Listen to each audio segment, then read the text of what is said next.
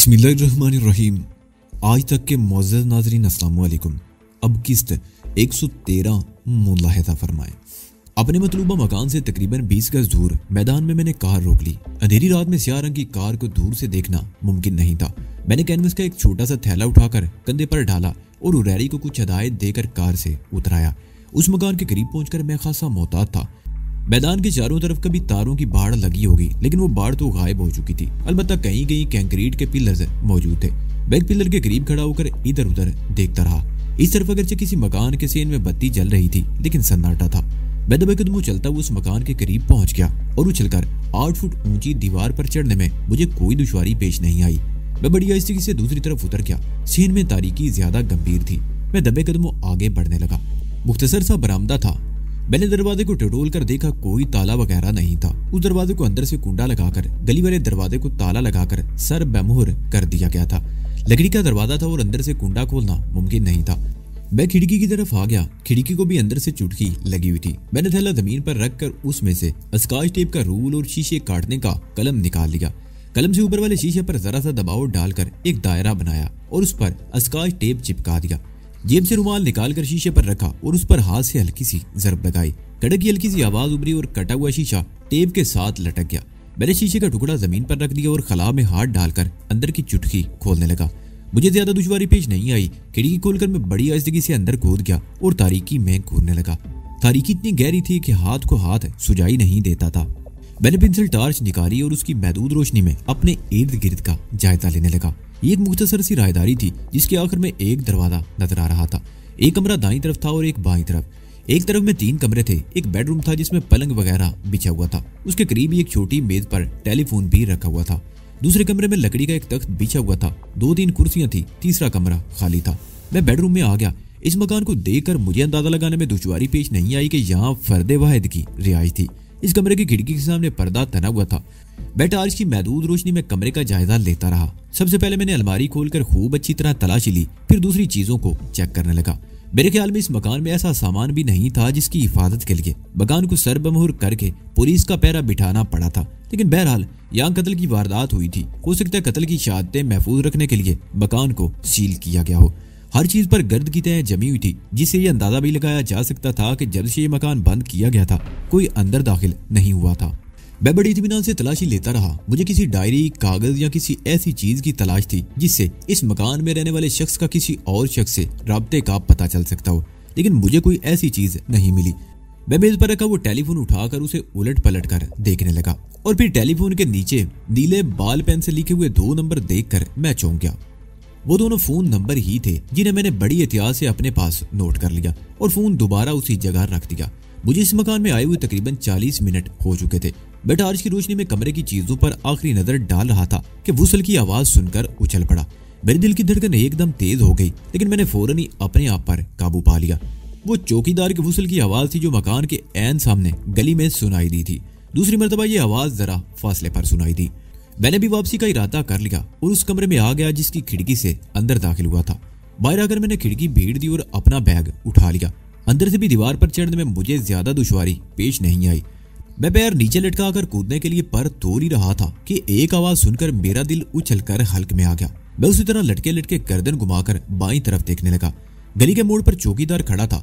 वो साइकिल पर इस तरह बैठा हुआ था कि एक पैर जमीन पर टिका रखा था, एक हाथ साइकिल के हैंडल पर था और दूसरे हाथ में डंडा था।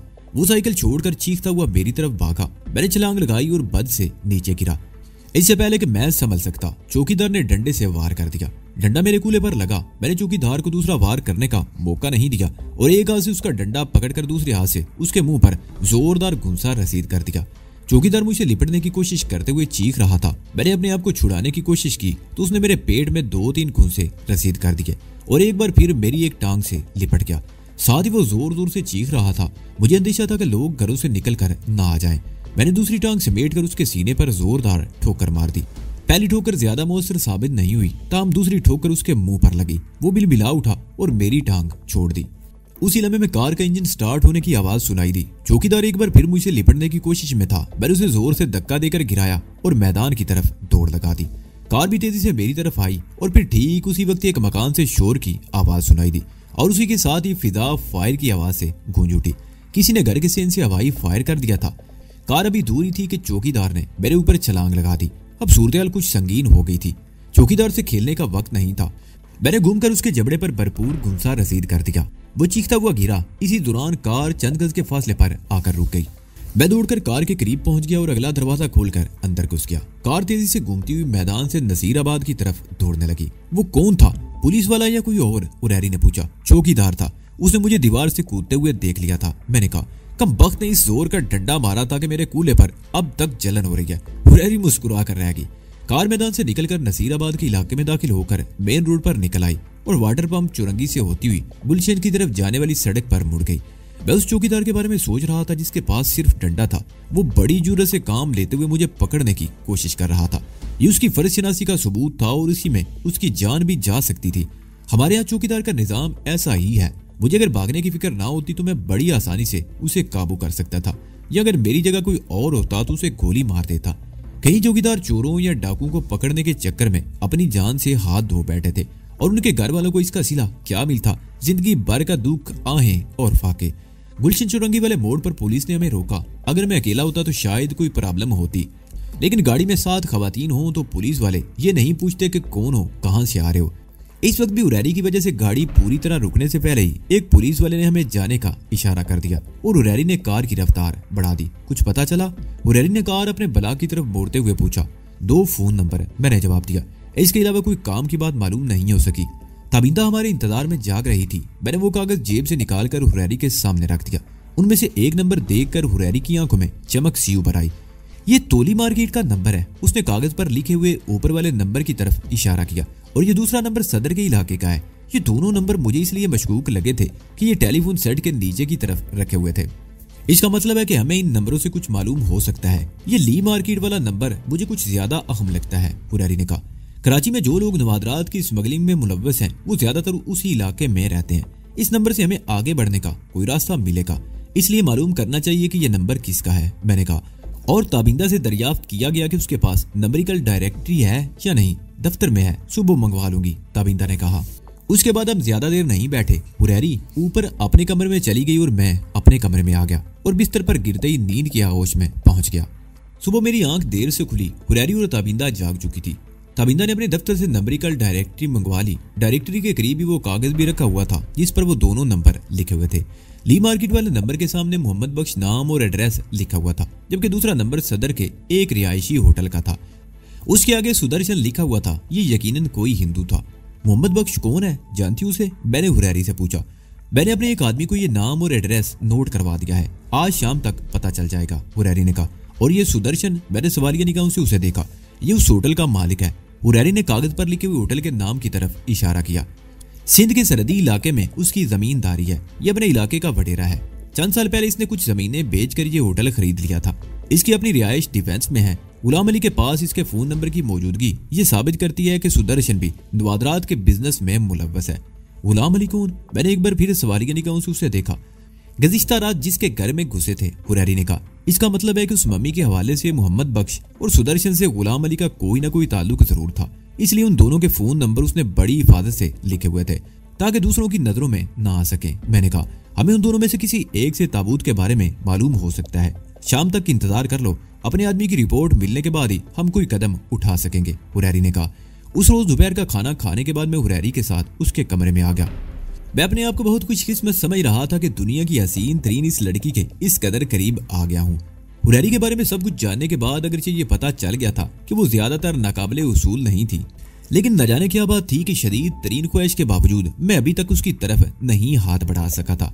हालांकि मैं ये भी जानता था कि मैं जब भी आगे बढ़ूंगा हुरैरी पीछे नहीं हटेगी, लेकिन एक झिझक माने थी और मैं उसी झिझक को बरकरार रखना चाहता था। शाम 6 बजे के करीब टैडी भी आ गया। रंगा का गिरोह टूटने के बाद अगरचे उसके कई आदमी हुरैरी और टैडी की तरफ आने को तैयार थे, लेकिन हुरैरी इस मामले में खासी मोहताज साबित हुई। इसने सिर्फ टैडी का इंतखाब किया था। टैडी ने 2 आदमी तहरीमी वाले मिशन पे इस्तेमाल किए, जिनमें एक हलाक हो चुका था और दूसरे को फिलहाल आजाद छोड़ दिया गया था।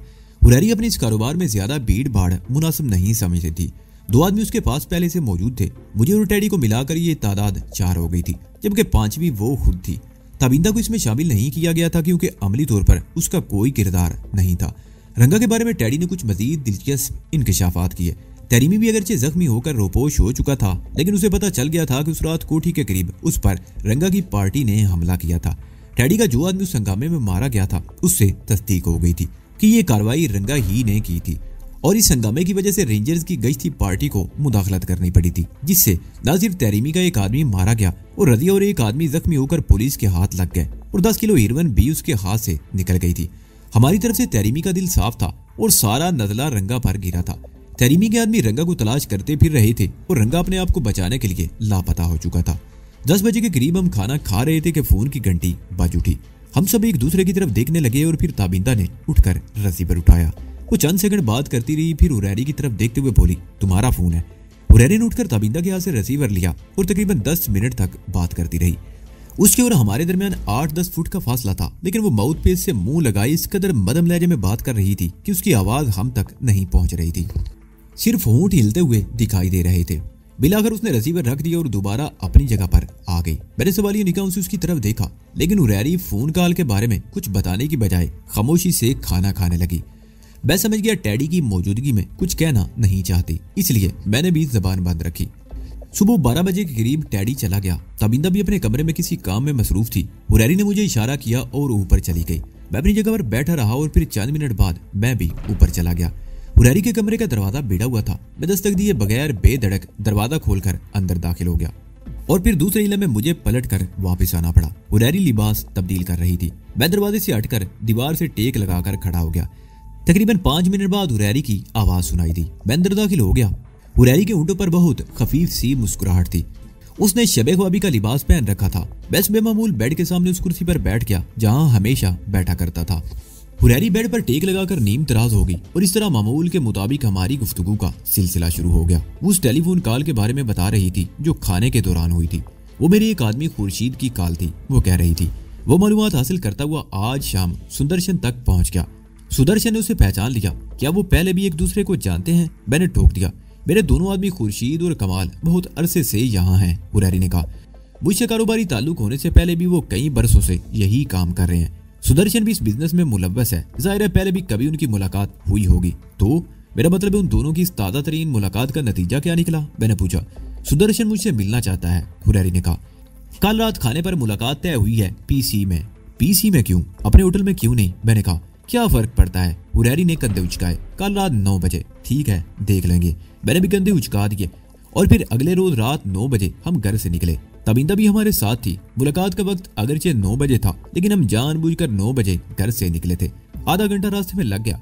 खुर्शीद हमें मरकजी दरवाजे पर ही मिल गया। वो मैं पूल साइड पर ले आया जहाँ अलग थलग बेल पर सुदर्शन बैठा हुआ था।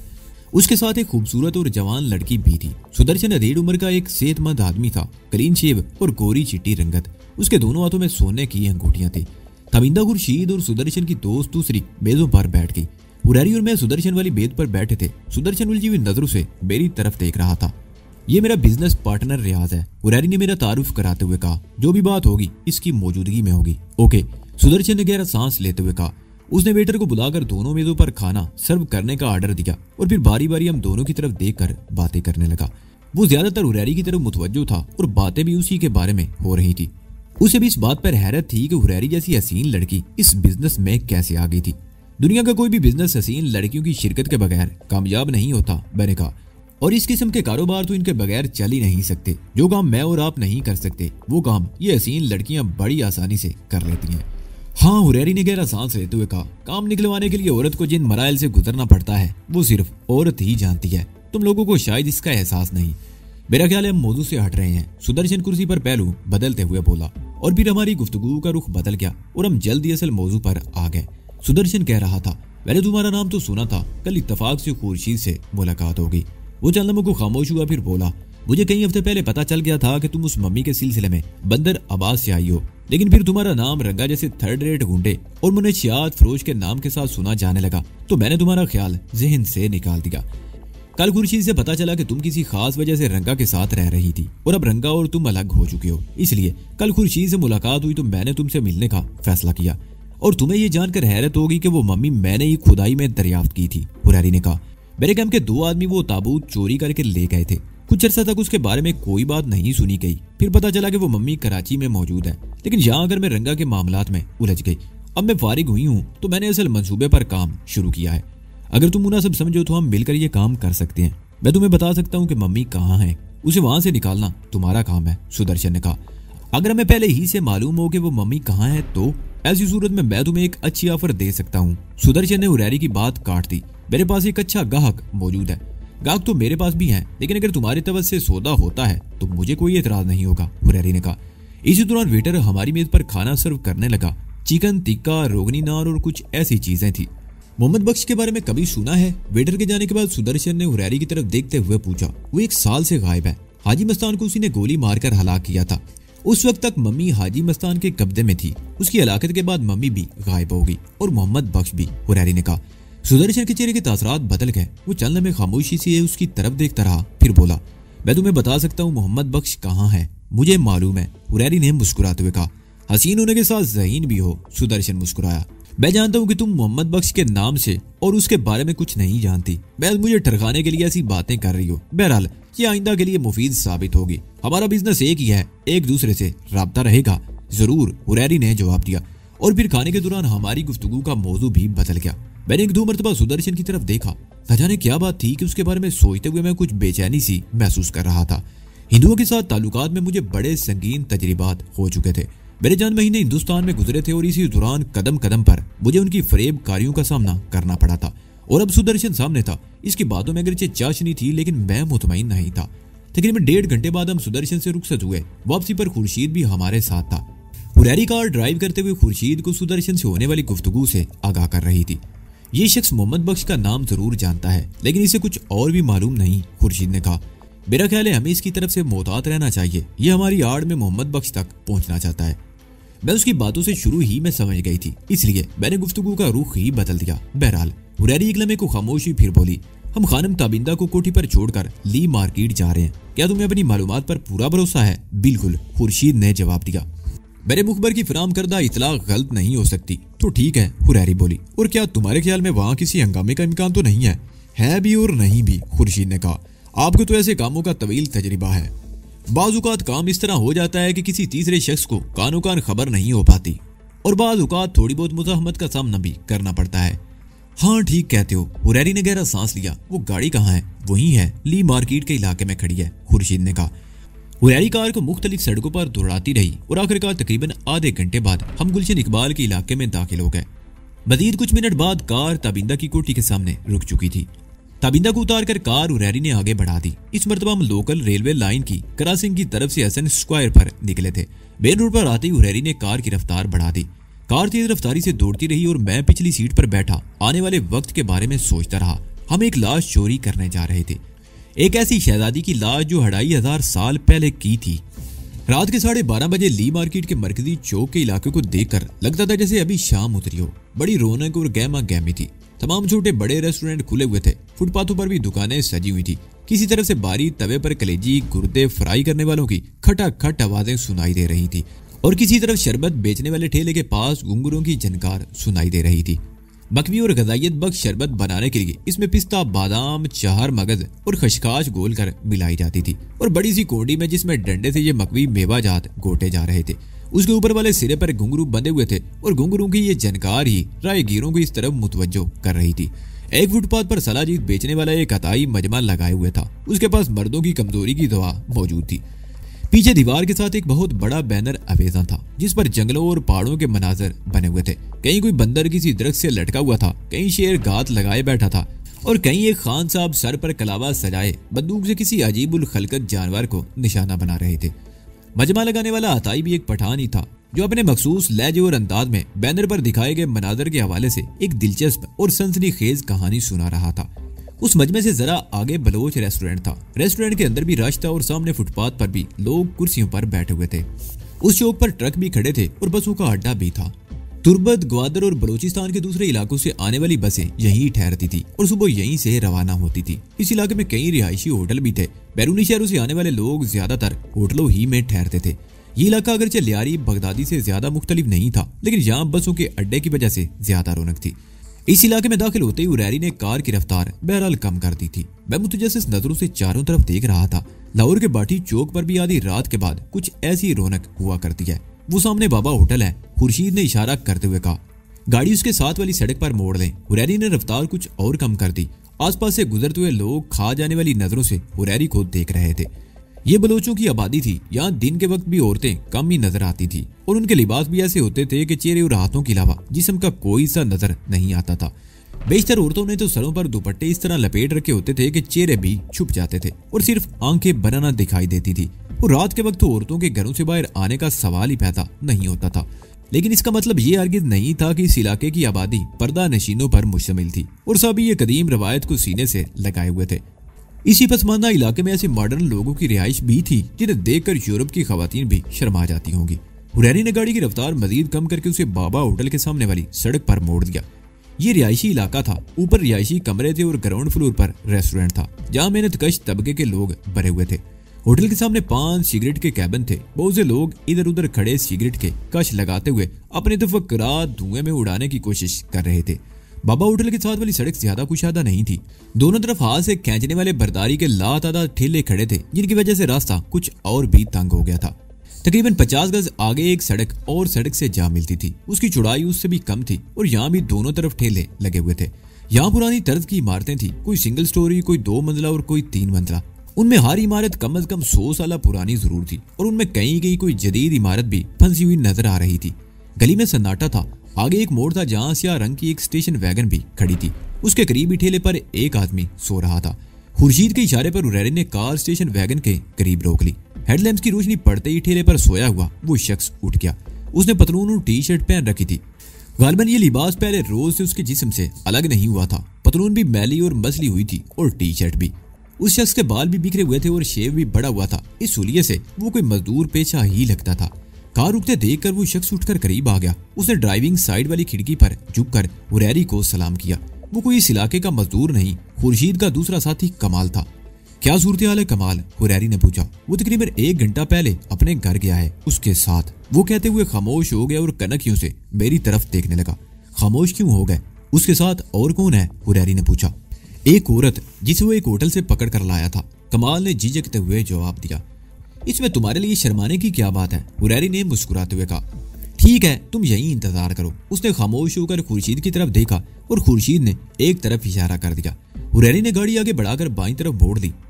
ये भी एक कुशादा गली थी और यहाँ भी इक्का दुक्का ठेले खड़े थे। तकरीबन 50 गज आगे ये गली बंद हो गई। आगे जस की गोलेदार चादर वाला बहुत बड़ा फाटक था जिसका जेली दरवाजा खुला हुआ था। उस जेली दरवाजे से साइकिल, मोटरसाइकिल या पैदल अफराद गुजर सकते थे। हुरैरी ने गाड़ी रोककर इंजन बंद कर दिया और अपनी तरफ का शीशा चढ़ाने लगी। मैंने शीशा चढ़ाकर अंदर से लाख नाब दबा दिया। कार से उतरकर हम फाटक के जेली दरवाजे से अंदर दाखिल हुए। खुर्शीद आगे था और हम उसके पीछे। फाटक के अंदर तंग और पुरपीच गलियों का जाल साफ बिछा हुआ था। मेरा ख्याल था ये कराची का कदीम और पुराना इलाका था। पुरानी तर्ज की इमारतें एक दूसरे में फंसी हुई थी। ऐसे इलाकों पर सरकारी महकमे भी तवज्जो नहीं देते और जिंदगी के तमाम मसाइल इन इलाकों में जन्म लेते हैं। इलाके में अगरचे बिजली मौजूद थी, गलियां लेकिन फिर भी तारीक थी। बाज गलियों में तो इस कदर तारीकी थी कि हाथ को हाथ सुझाई नहीं देता था। खुर्शीद हमसे 3-4 गज आगे था और वो बार बार मुड़कर मोहतात रहने की हदायत कर रहा था। एक मौके पर हुरैरी किसी पत्थर से ठोकर खाकर लड़खड़ाई तो उसने मेरा हाथ पकड़ लिया और फिर मैं उसका हाथ नहीं छोड़ा। 3-4 गलियां घूमने के बाद खुर्शीद एक जगह रुक गया और बाईं तरफ एक गली में मुड़ते हुए सरगोशियाना लहजे में बोला, वो सामने वाली खिड़की उस मकान की है, दरवाजा दाईं तरफ गली में है। वो खिड़की जमीन की सतह से तकरीबन 4 फुट ऊंची थी।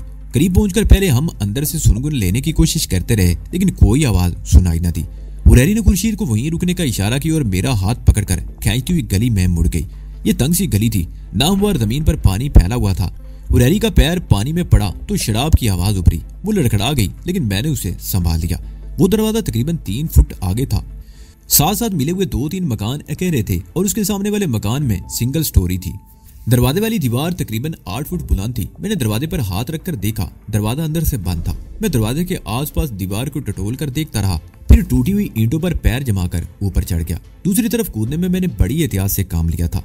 चलने में दीवार के साथ चिपका सुनगुन लेता रहा, फिर बड़ी आहिस्तगी से दरवाजे का कुंडा खोल दिया और हुरैरी के अंदर आने के बाद दरवाजा पीट दिया। ये मकान बाहर से बाजार छोटा सा लगता था लेकिन अंदर से काफी बड़ा था। सेहन बहुत कुशादा था। इसके आगे मकान की असल इमारत थी। हम दोनों कुछ देर तक बेसु हरकत खड़े तारीकी में घूरते रहे।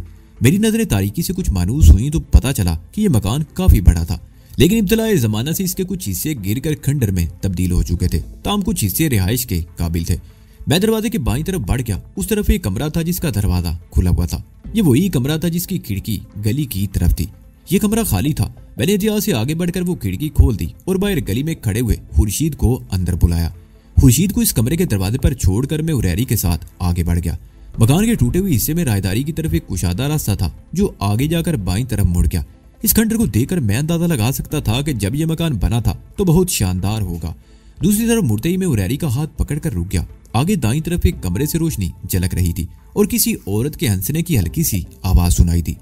दरवाजा नींवा था। मैं दबे कदमों आगे बढ़ता रहा। हुरैरी भी मेरे साथ ही थी। मैं दरवाजे से झांककर अंदर देखने की कोशिश करने लगा लेकिन कुछ नजर नहीं आया। वो दरवाजे की आड़ में थे। मैंने जेब से पिस्तौल निकाल लिया इससे पहले कि मैं कोई और कदम उठाता। हुरैरी ने आगे बढ़कर दरवाजे पर जोरदार ठोकर मार दी। मैं फौरन उसके साथ उछलकर सामने आ गया। उसके साथ ही हल्की सी नुसवानी चीख की आवाज भी सुनाई दी।